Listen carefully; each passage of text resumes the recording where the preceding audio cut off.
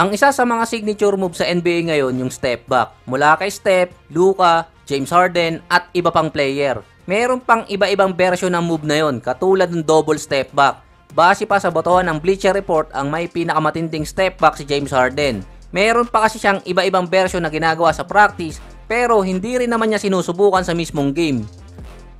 Pero ngayon mukhang si Luka na ang merong pinakamatinding step back dahil gamit na gamit sa game. Base pa sa interview ni Luka, ginagamit niya ang move na yon kapag pagod na siya. Tinatiming niya yung eccentric position. May tinatawag pa siyang eccentric contraction. So hindi ko na alam kung anong tawag doon, parang physics na. Dahil mabagal gumalaw si Luka at dahil nababago ang kanyang face, madali niyang nakukontrol yung katawan niya, pati yung tira.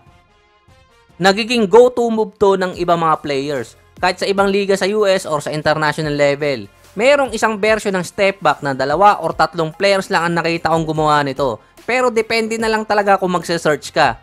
Hindi ito kinokopya ng ibang NBA players ngayon. Effective din naman na ang pinaka main purpose nun makakreate ng space.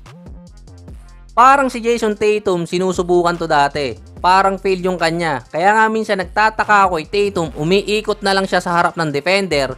Pero ito kasi yung tinatawag nilang legendary move dahil wala nang sumubok na ibang player. Kapag sinerch ang spin move step back, 2 players lang ang lalabas doon. Si Penny Hardaway yung isa, yung original na na-drop ng Golden State noong 1993 at tinrade ng Orlando Magic kapalit ni Chris Webber.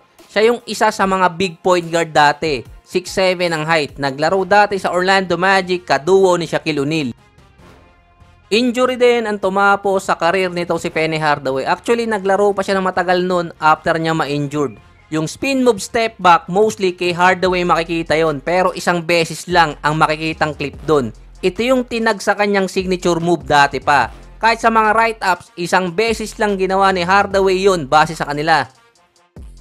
Marami kasing ginagawa noon na move si Penny Hardaway nung panahon niya na isang beses mo lang din makikita.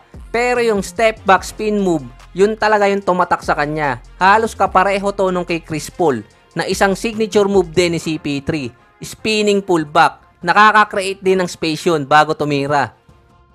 Pero yung spin move, step back ni Hardaway, sa pagitan kasi nun merong hesitation. Saka hahakbang siya na hindi naman yung tinatawagan ng traveling. Meron naman kasing spin move tapos bigla magi-step back. Pero yung kay Hardaway kasi, magi-spin siya tapos gagawa niya ng hesitation saka siya magi-step back. So hindi yung tinatawagan ng traveling dahil na din sa footwork ni Hardaway nun. Ang isang NBA player na gumagawa ng move na yon si Andrew Wiggins. Ito yung isa sa mga go-to move niya dati. Base pa sa mga article, kaya yung tinawag na legendary signature move. Dahil after Penny Hardaway, si Andrew Wiggins lang ulit ang gumawa nun. Multiple times pa.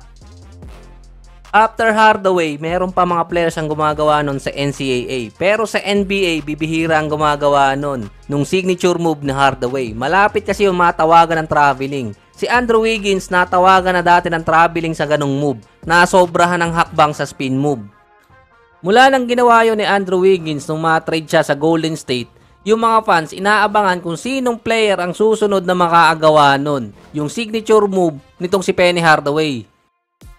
Yung isang player pa talagang gumawa nun si Luka. Ginawa niya to versus Phoenix Suns dati. Yung kanya naman, diretsong spin move tapos step back. Nawala yung hesitation move sa gitna. Pero parehas lang din naman nagalaw yun. Basta umikot, tapos step back at ititira. Hindi rin naman niya kailangan gawin ng madalas dahil step back pa lang mahirap nang pigilan sa kanya.